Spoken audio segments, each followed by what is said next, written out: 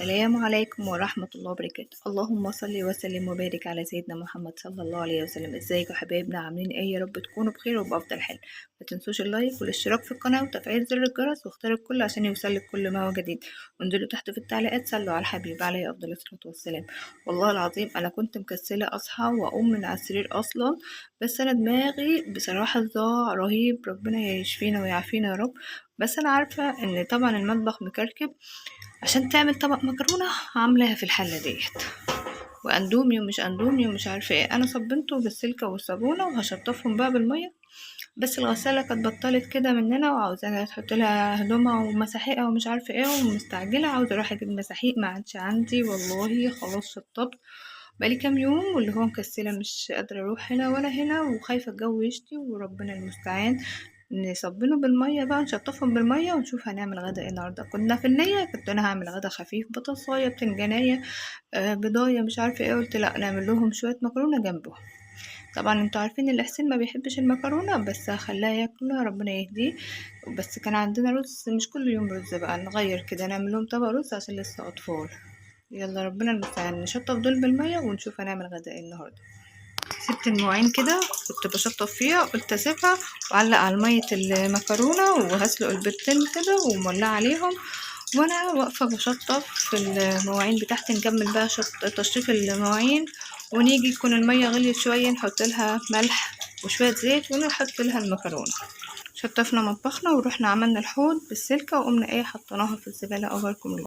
المية البيض كانت غليت، حطت لها شوية ملح، وهنا مية المكرونة غليت حطت لها ملح وزيت، هننزل فيها المكرونة. حطينا المكرونة في المية وقمنا رايحين ضربين الطماطم في الخلاط، الكارت كده كده منور ربنا يسترها، ومن قطعات النور اللي بقت مفاجأة.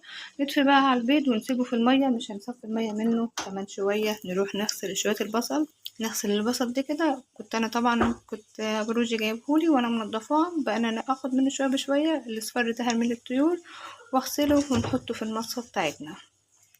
المكرونه اتسلقت، هاخد منها يجي 3 معالق من الميه ونحط كده على الايه عصير الطماطم بتاعتها قبل ما نصفيها في المصفى.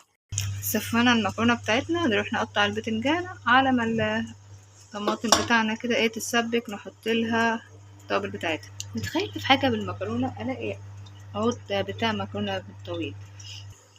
نصفي بقى مية البيض وهنركنها، مش هننزل عليه مية ساقعة دلوقتي، هطلع بس المعلقة عشان ما تسخنش، ونسيب عصير الطماطم تتسبك. قطعنا البتنجانتين بتوعنا وحطينا عليهم الملح، وهنا حطينا على الطماطم حطات ملح، حطات سكر، حطات كمون، حطات ملح وبصل سوري، حطات بصل وتوم بودرة، وهحط مكعب مرق الدجاج وتسيبها مع بعضها. نقول قشر البطاطس، نزلنا كده بقى بمكعب بالمرقة ونسيبها بقى تتسبك. وهنا نزلت المية سخنة من على البيض، هنحط له بقى مية ساقعة. طبعا نزلتها وسبته شوية نسقعه بقى، عشان لو ما سقعتوش هتنه سخن على طول. سقعناهم وخلاص، ننقلهم بقى في طبق حلو كده عشان نغسل الحلة ديت. كل ما نخلص حلة نغسلها، عشان طبعا احنا بنخلص نشطب اللي ورانا يا دوب نتفى تحت البطارية. والله العظيم بخلص صيف اكون خلاص يعني بنزل شطب. دي مش تقولوا ساعة، دي بتقولوا ارهاق. بتقوم الصبح تعمل اللي وراك مش عارفة ايه، والله عاوزة اطلع فوق للطيور، بس قلت اما اخلص خالص عشان اخد لهم بواقي الاكل اللي هنا. نحطه بقى في طبق، وما تنسوش احنا بنرغي كده وما تزهقوش من الرغي بتاعي، حطوا لايك. يلا نحطه في طبق ونيجي نغسل ديت. نقشر البطاطس دي بقى 2 نوع، واحد واتنين نوع تاني. قالوا البطاطس هترخص والجو شتا ومش شتا، يعني انا جبت 5 كيلو من دول ما جبتش اكتر. الجو هيشتي بس ايه ولادي اكلوهم يعني بسيط. يلا الحمد لله ربنا يبارك فيهم ويهديهم. نقشرهم ونغسلهم الاول وبعد كده نصبحهم ونرجع نغسلهم ونقليهم. نقلنا بقى الطماطم على البوتاجاز التاني براحته كده، ولعنا على الزيت عشان نحمر البطاطس. طبعا قشرناها وغسلناها وبعد كده صبعناها وغسلناها. يلا بينا نحمرها ونحمر البتنجان. الزيت بتاعنا سخن، وعلى ما سخن كنت انا غاسله الحله اللي انا سلقه فيها البيض واللي انا سلقه فيها المكرونه، حاجه بحاجه كده، عشان لو سبتها هتتكركب المواعين عليا. طبعا من تجاربها بتخلى لسه فاطرين والله، جايبين جبنه ولانشون والعيش، وقالت لي يا ماما هدخل اعمل اندومي. يا بنتي ده انت لسه ده انا لسه يا بتوب بروق المطبخ والخناقه قامت ما بيني وبينها. يلا بقى انزل البطاطس في الزيت. مش عارفه انا ايه موضوع التجارب بتاعتها، حطيت البطاطس كلها مره واحده وهنسيبها خالص براحتها كده. يعني انت لسه فطرانه تدخلي تعملي اندومي ليه؟ الكلام ده لو انت مش فاطره الكلام ده مره تانية. طب انت ما فطرتيش كويس ليه؟ طب ما انت قلتي لي يا ماما انا عاوزه لانشون وهي اللي طالبه. يعني انا مش فاهمه والله العظيم. والنرفزه اللي على الصبح دي، هي بقول لها انت استاذه ان انت تحرقي دم على الصبح كده، ربنا يهديها. برضو كانت بتعمل لي مش عارفه اختراع ايه، وكانت بتعمل بالمصفى بهدلتها لي، مش عارفه تطلع زي الحله اللي بوظتها. يلا ربنا يهديها بقى ويبارك فيهم، اهم حاجه. نشوف الصلصة بتاع المكرونة. طبعا انا قلتلكوا حاطة ملح، حاطة كمون، حاطة فلفل اسمر بسيط ذرة خالص، حاطة بصل وتوم بودرة، حاطة مكعب مرق الدجاج، والسكر اساسي يا جماعة عشان الحموضة والقولون لازم ينمو. طماطم اتسبكت ننزل بقى بالمكرونة عشان نغسل المصفى بتاعتها هي كمان.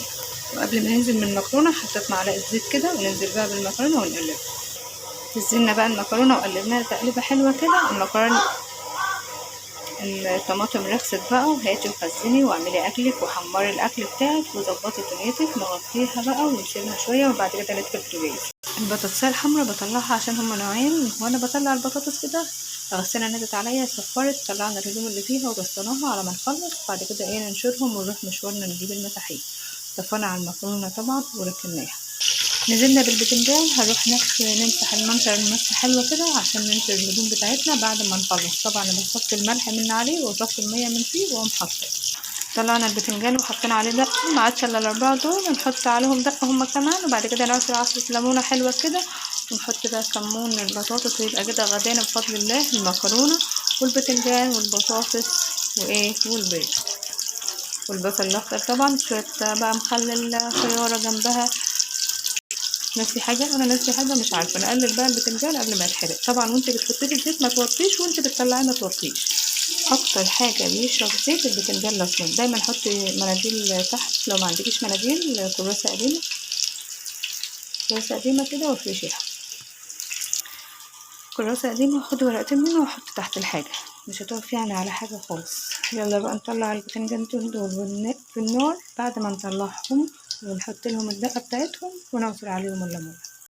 البتنجان روح الليمون، حطوا عليه ليمون على قد ما تقدروا. حطوا واحدة، حطوا اتنين، طبعا الليمونة غالي، حطوا واحدة حلوة اوي كده. بقى يبقى غدانا بفضل الله. نروح ننشر، وما تنسوناش باللايك والاشتراك وتفعيل زر الجرس، وانزلوا تحت في التعليقات صلوا على النبي عليه الصلاة والسلام. والسلام عليكم ورحمة الله وبركاته. يا رب قناتنا تكبر بفضل ربنا ثم بيكم. قناتنا المتواضعة عائلة مروجي.